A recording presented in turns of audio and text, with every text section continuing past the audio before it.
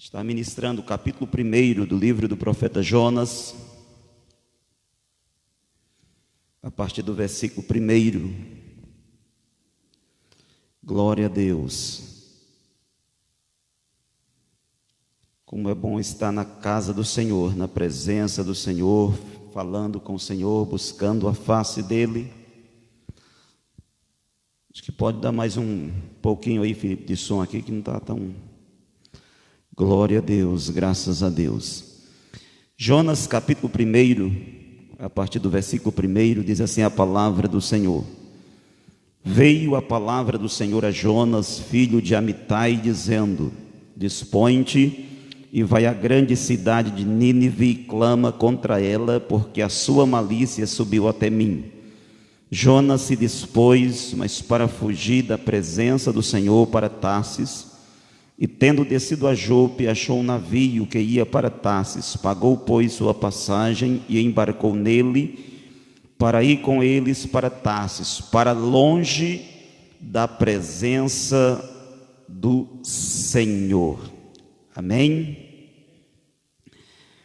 Irmãos, durante a nossa vida, existem aqueles momentos, aquelas circunstâncias, aquelas dificuldades que nós passamos, que nós enfrentamos, que a única coisa parece que vem à mente é aquela vontade de você fugir daquela realidade, de você fugir daquela situação, fugir daquele problema, e talvez você já tenha enfrentado esse sentimento, quando você se depara com uma realidade, não é aquilo que você quer vivenciar, não é aquilo que você quer experimentar, e você tenta fugir. Todos nós temos esses momentos, passamos por isso na vida, quando a única alternativa, parece o único caminho vamos dizer, correr, fugir. Então, se você já passou por isso, ou se está passando por isso, não sinta-se culpado por causa disso, porque os grandes homens de Deus, eles passaram por esses momentos. Desde o princípio da história bíblica, nós vamos encontrar as pessoas fugindo, principalmente de Deus, da palavra dele, do projeto dele, da missão dele. Nós encontramos, por exemplo, lá no Jardim do Éden, Adão e Eva, depois que eles desobedeceram a palavra de Deus, a vontade de Deus, o que eles fizeram? Eles fugiram e eles se esconderam. Depois nós encontramos um Moisés também, depois que ele mata um soldado egípcio, o que Moisés faz? Diz a palavra que ele vai fugir, que ele vai se esconder. Olhamos para a vida de Davi, por exemplo. Davi foi um grande homem, um homem segundo o coração de Deus, um homem que enfrentou gigantes, matou gigantes, mas de repente você vê Davi fugindo e Davi se escondendo do rei Saul. Nós olhamos para a vida dos discípulos e olhamos principalmente ali no jardim do Getsêmani, quando todos eles fugiram, diz a palavra, todos eles abandonaram ao Senhor. E o profeta que nós vamos estudar hoje é um desses que faz parte do rol desses homens que eles fugiram diante da vontade de Deus, diante do plano de Deus. Jonas é conhecido como profeta fugitivo. Mas para nós entendermos o livro de Jonas, nós precisamos primeiro saber o contexto do profeta. Jonas, ele vai profetizar durante o reinado de Jeroboão II, e este foi um dos reis mais importantes do norte.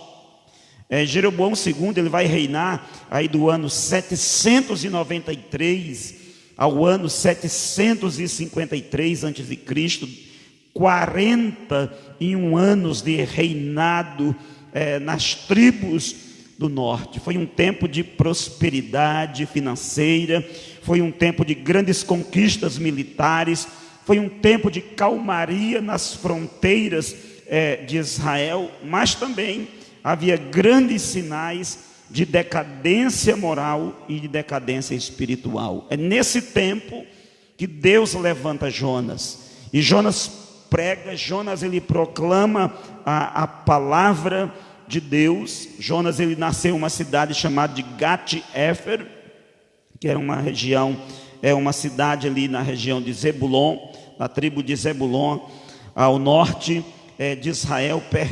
E a história vai dizer que Jonas ele prega a palavra nesse tempo, ele profetiza nesse tempo, e Deus chama Jonas, Deus convoca o profeta, Deus dá uma missão para Jonas, e a missão de Jonas era ir a Nínive, a capital da Síria, da Assíria.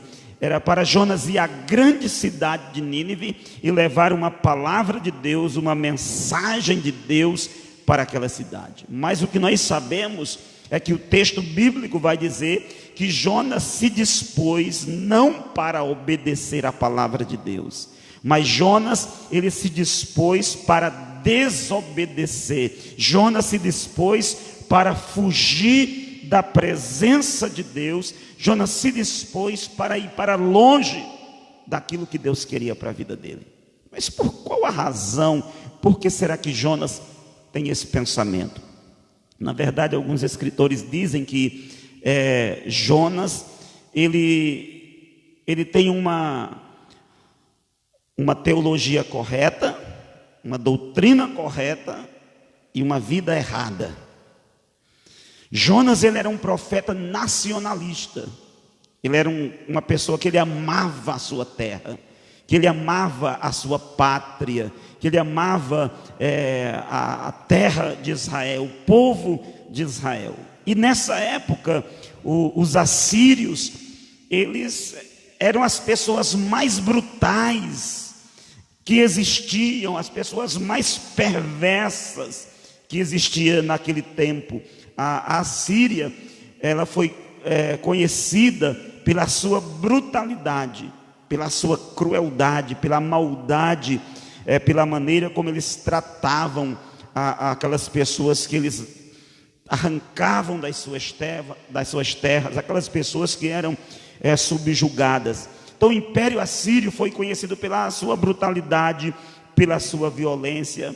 A história diz que eles arrancavam a língua das pessoas, cortavam as mãos, os pés, as orelhas. Eles tinham uma prática tão cruel que eles amarravam as pessoas e ali eles conseguiam arrancar a pele da pessoa ainda viva. Então eles chegavam dentro da cidade, eles matavam as mulheres, crianças, homens.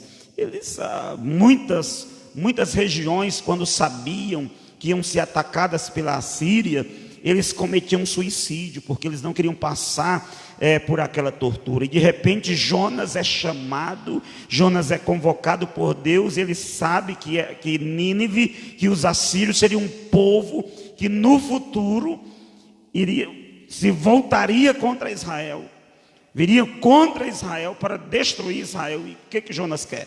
Ele quer ver a morte deles, ele quer ver a destruição deles.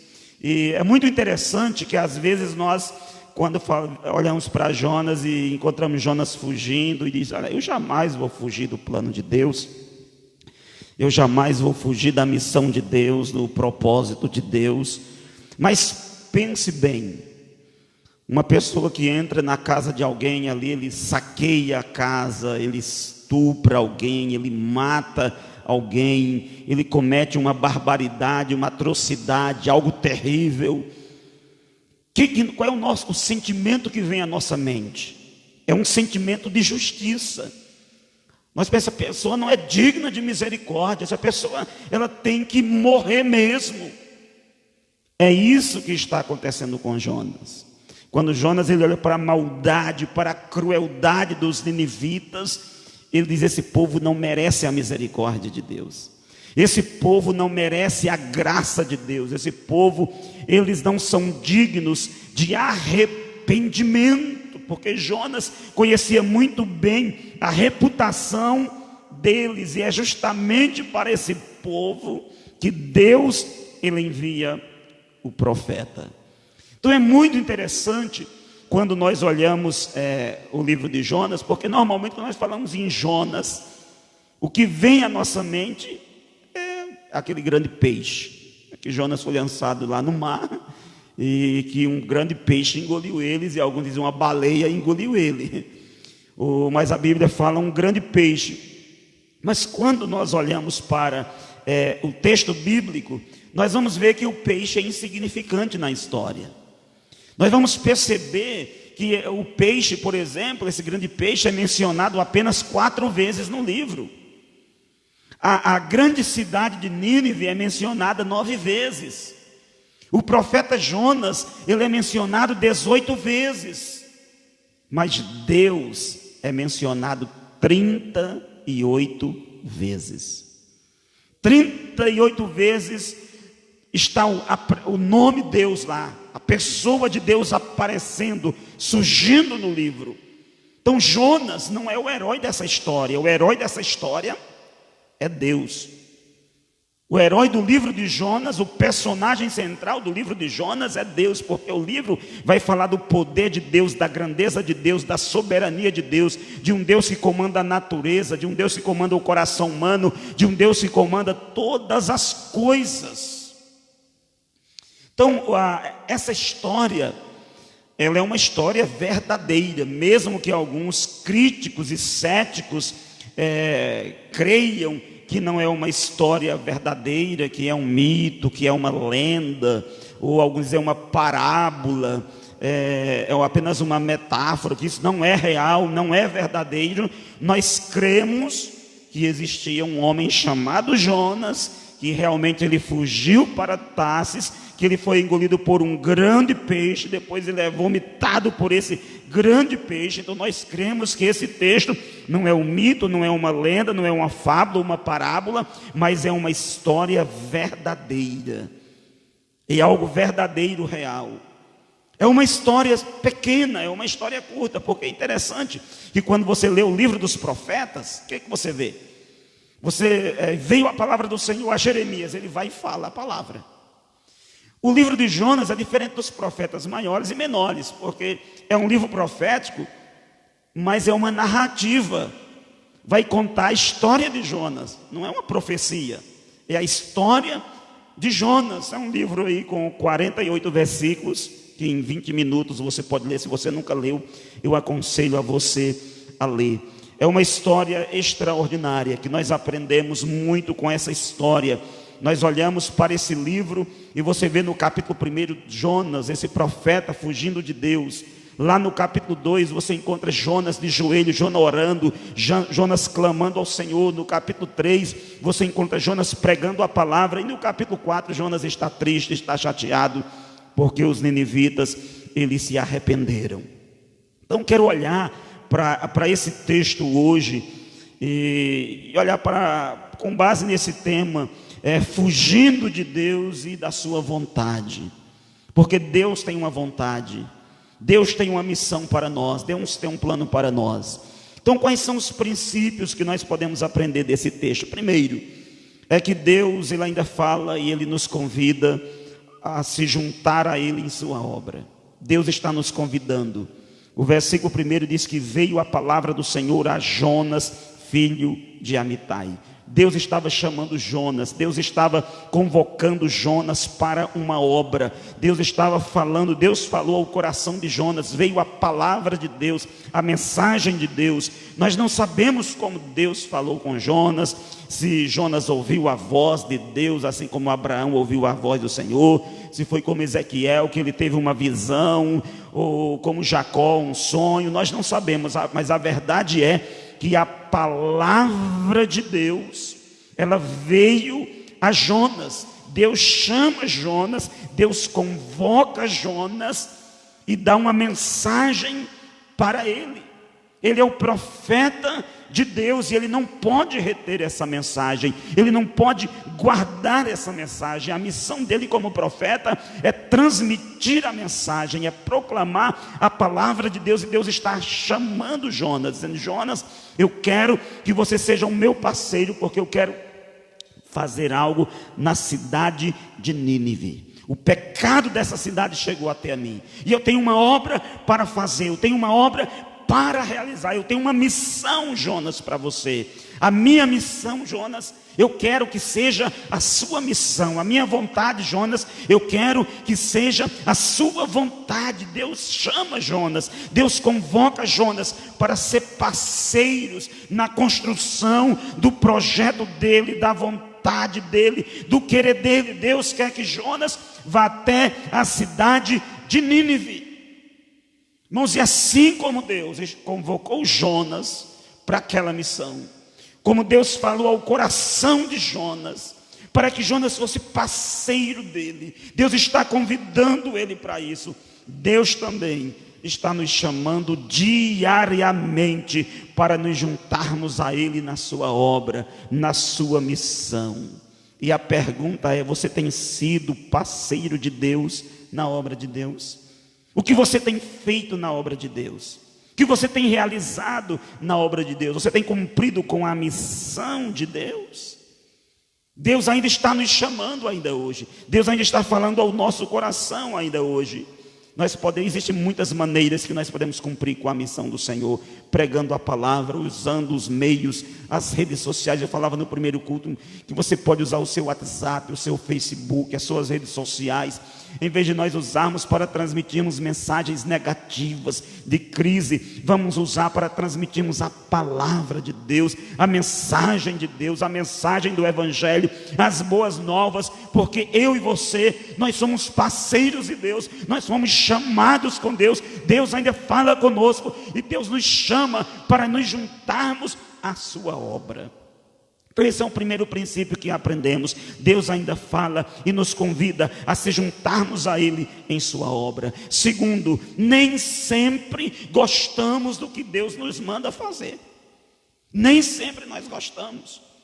Porque Deus chegou para Jonas e disse: Jonas, levanta-te e vai à grande cidade de Nínive, clama contra ela, porque a sua maldade chegou até a mim. Em outras palavras, Deus estava chamando Jonas para pregar uma mensagem, uma palavra de julgamento à cidade de Nínive. E aí quando Jonas pensa nos assírios, quando Jonas pensa na maldade deles, quando Jonas pensa na crueldade deles, no que eles são capazes de fazer, ele olha, ele vê a reputação desse povo que não é tão boa. Eles são conhecidos pela maldade, pela crueldade, pela perversidade deles. Jonas não gosta. Deus manda Jonas fazer alguma coisa. Deus fala ao coração de Jonas. E assim também, meus irmãos, muitas vezes acontece conosco. Deus fala ao nosso coração, Deus nos dá algo, Deus direciona a nossa vida, Deus nos orienta e nós egoisticamente, na maioria das vezes, nós não gostamos daquilo que Deus nos manda fazer, daquilo que Deus decidiu, daquilo que Deus estabeleceu, e nós tentamos o quê? Nós tentamos fugir. Jonas é enviado para a missão de Deus e ele vai fugir dessa missão. E ainda hoje, meus irmãos, Deus continua, o Espírito Santo continua falando ao nosso coração, continua falando à nossa vida, ministrando as nossas vidas. E na maioria das vezes nós somos seletivos. Nós dizemos: isso aqui eu faço, isso aqui eu não faço. E para Tarsis eu vou, mas para Nínive não. Nós somos assim. Nós escolhemos o que nós queremos fazer. Deus manda que nós vamos para a direita, vá para a direita, e nós queremos ir para a esquerda.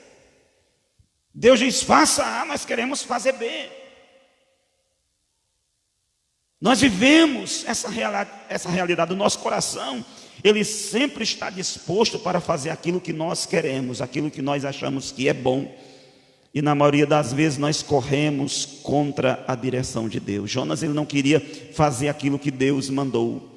Jonas não queria sair do conforto da sua terra, da sua tranquilidade, deixar o seu bom trabalho, deixar a sua tranquilidade, o seu conforto, a prosperidade que o reino do norte estava vivendo. Ele não queria sair da sua zona de conforto. Irmãos, muitas das vezes nós não fazemos a obra de Deus, nós não oramos mais, não pregamos mais, não nos envolvemos mais com as coisas de Deus, porque nós não queremos sair da nossa zona de conforto.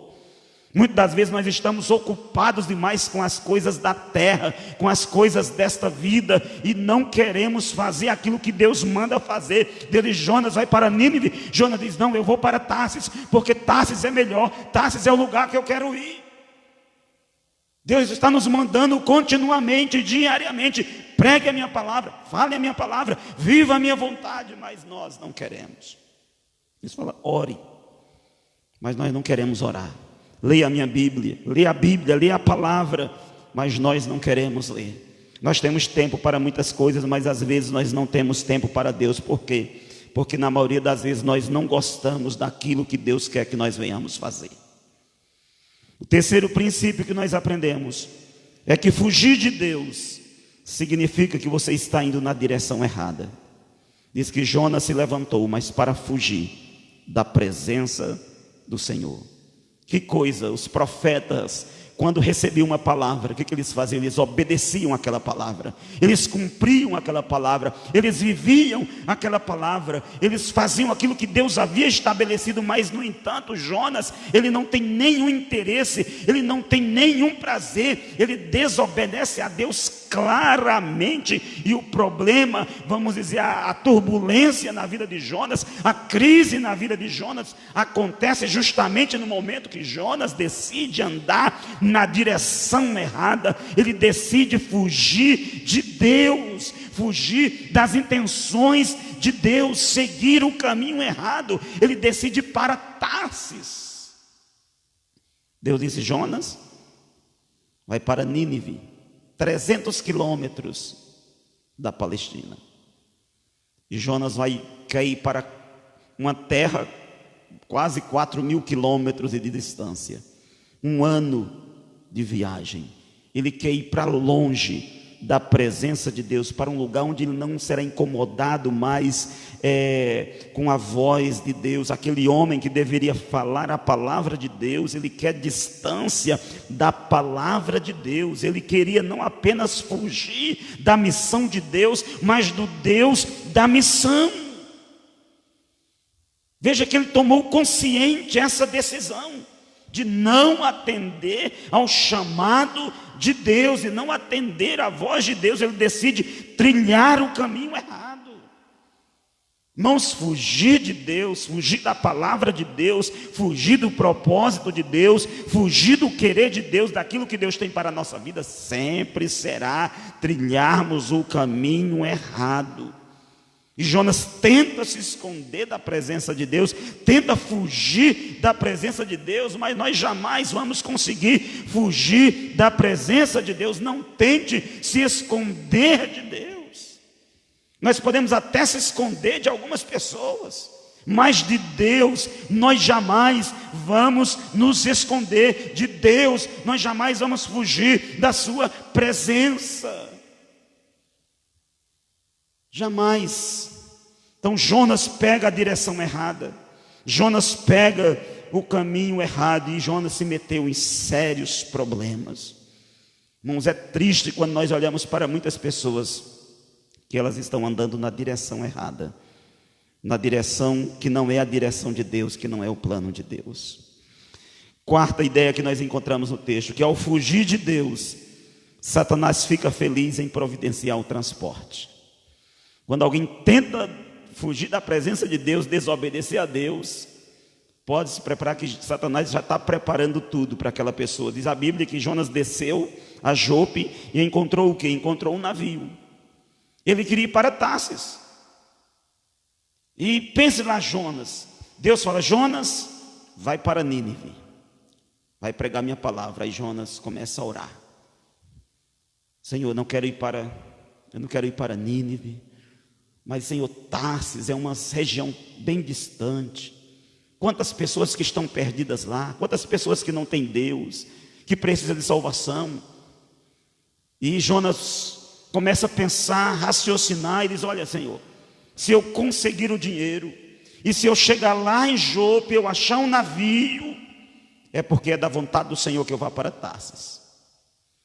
Irmãos, quantas e quantas e quantas vezes nós nos afastamos de Deus e nós seguimos esse raciocínio, e nós pensamos dessa maneira, nós tentamos justificar a nossa ação, simplesmente porque as coisas parecem se encaixar.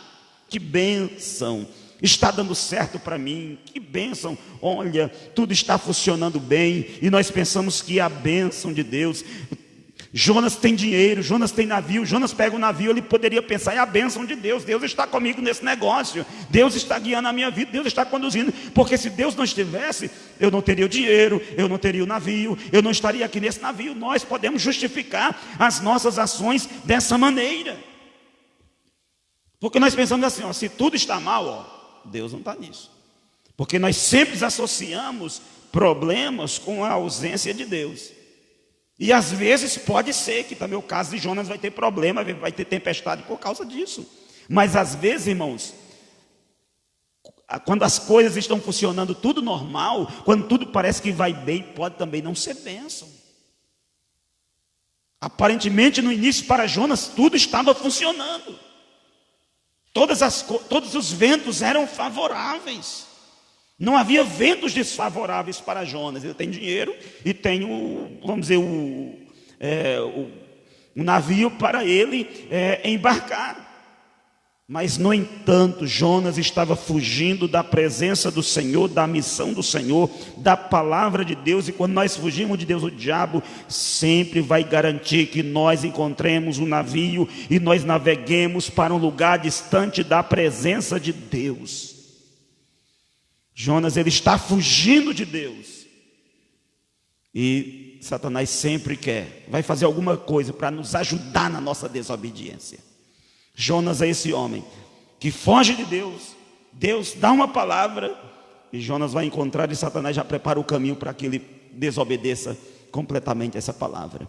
Mais um quinto princípio aí que nós aprendemos é que fugir de Deus sempre vai levar em uma vida de descida, de decadência, é um espiral descendente, sempre é descer.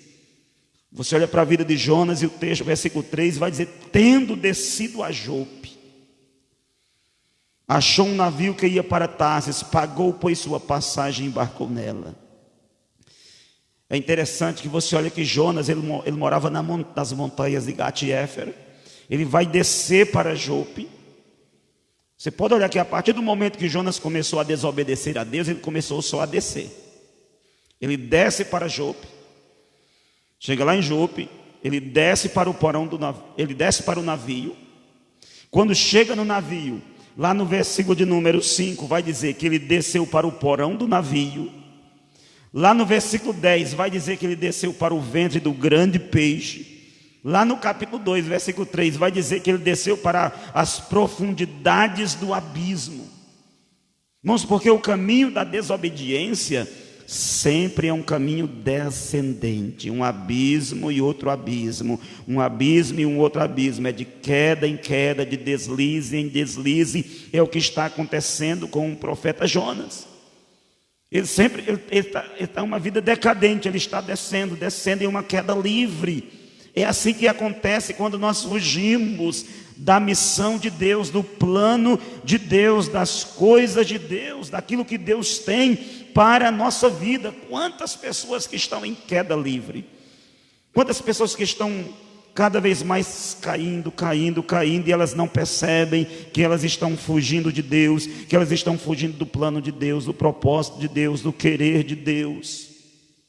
É o que esse texto bíblico ele nos mostra essa noite, que fugir de Deus é viver uma caída constante. Jonas é esse homem que Deus tem uma missão para ele, que Deus tem um plano para ele, que Deus chama Jonas para ser parceiro dele nessa obra. E Jonas não gosta daquilo que Deus faz, daquilo que Deus fala, e Jonas ele foge na direção contrária. a direção de Deus, aquilo que Deus tinha estabelecido para ele. Satanás prepara o caminho para ele e Jonas começa seu processo de decadência. Então nós iniciamos esse texto com um profeta fugindo de Deus e fugindo da vontade de Deus. Que nós possamos nos apegar à vontade de Deus e não sermos como Jonas. E claro que todos nós temos algo de Jonas dentro de nós. Em um determinado momento, nós acabamos fugindo daquilo que Deus tem, daquilo que Deus quer, da vontade dEle, do propósito dEle. Nós acabamos tomando caminhos que não são os caminhos de Deus, mas que Deus tenha compaixão de nós. E nós vamos ver que Deus vai ao encontro desse profeta. Deus não vai deixar Jonas entregue à desobediência e à rebeldia dele. Deus sempre vai lá e busca, que você queira ou não. Você pode tentar fugir de Deus, mas não vai conseguir fugir de Deus. Glória a Deus. Vamos orar nessa noite.